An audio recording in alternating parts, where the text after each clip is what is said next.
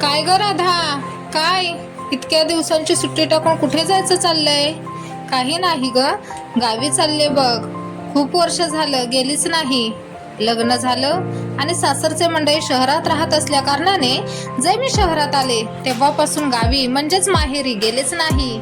मी बघू वाटले की आई बाबा येऊन जात असत. शहरातील जीवन धावपळीचं, सकाळी उठल्यापासून झोपेपर्यंत सगळं वेळापत्रक ठरलेलं असायचं आणि त्यात मी कंपनीत कामाला असल्या कारणाने सतत सुट्ट्या मिळायच्या नाहीत आणि मिळाल्याच तर सणासुदीला आणि घरात काही काम निघालं तर.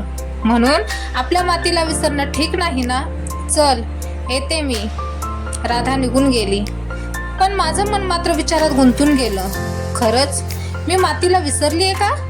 आपण कित्येक वर्ष गावी गेलो नाही की सरळ घरच्यांवर बोलणं नाही. माझं चुकतंय हे मला गवसलं. शहरात येऊन मी शहराचीच झाली होती.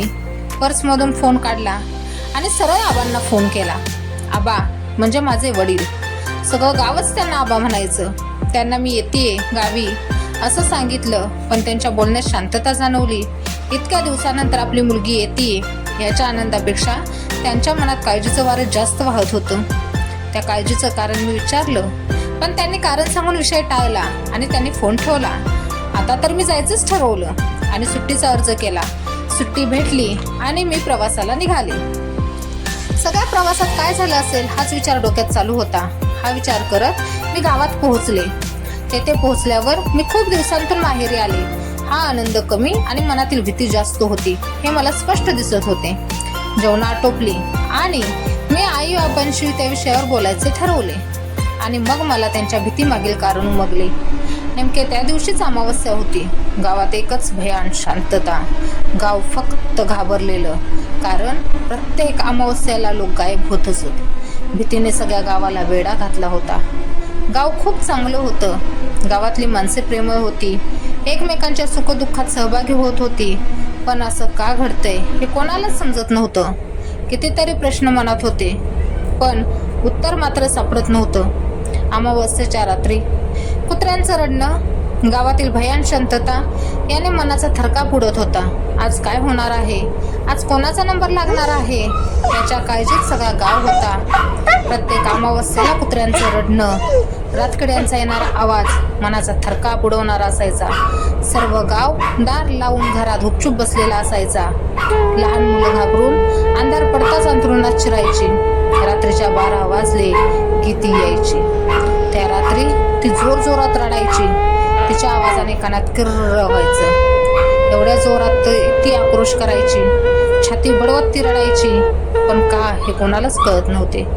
तिला कोणीच बघितले नव्हते. ती तिच्या वेळेला यायची, रडायची, आक्रोश करायची. तिची भयान किंकाळी कानावर पडायची. भीतीने कोणीच घराबाहेर यायचं नाही. पाहुणे रावळे गावात यायचे बंद झाले होते, कारण सगळीकडे ह्याच गोष्टीची चर्चा असायची. जो मुठीत घेऊन सगळेजण घरात पडून राहायचे. दुसऱ्या दिवशी समजायचं आपल्यातील एक जण गायब झाला आहे. संपूर्ण गाव जमा होऊन डोक्याला हात लावून बसायचा. कुणाला काहीच सुचत नव्हतं. यातून सुटका कशी होईल हे कुणालाच कळत नव्हतं. पोलीस स्टेशनमध्ये फिर्याद देऊन झाली, पण चौकशीला आलेले पोलीस देखील गायब झाले. त्यामुळे तक्रारही होत नव्हती. प्रत्येक महिन्याच्या प्रत्येक अमावस्येला हे असंच घडायचं. पुढल्या अमावस्येला मी शोध घेण्याचं ठरवलं. खूप वर्षांनी आल्यामुळे मी महिन्याची सुट्टी टाकली होती आणि सासरच्यांनी राहण्याची परवानगी दिली होती. बघता बघता दिवस कसे गेले कळलेच नाही आणि पुढची अमावस्या आली. लपून छपून मी तिच्या येण्याची वाट बघू लागली. वारा वाहू लागला. कुत्र्यांच्या रडण्याचा आवाज येऊ लागला. तिच्या पायातील घुंगरांचा आवाज कानावर पडू लागला. काही वेळातच ती मला दिसली, एखाद्या नवरीसारखी. ती मला भासत होती. सगळा शृंगार तिने केला होता. घुंगरांचा आवाज लक्ष वेधून घेत होता. ती एका घरासमोर थांबली आणि मोठमोठ्याने रडू लागली, आक्रोश करू लागली. तिचा तो अवतार पाहून माझे अंग थरथर कापू लागले. डोळ्यातून अश्रूंच्या धारा लागल्या. अंगाला घाम फुटला.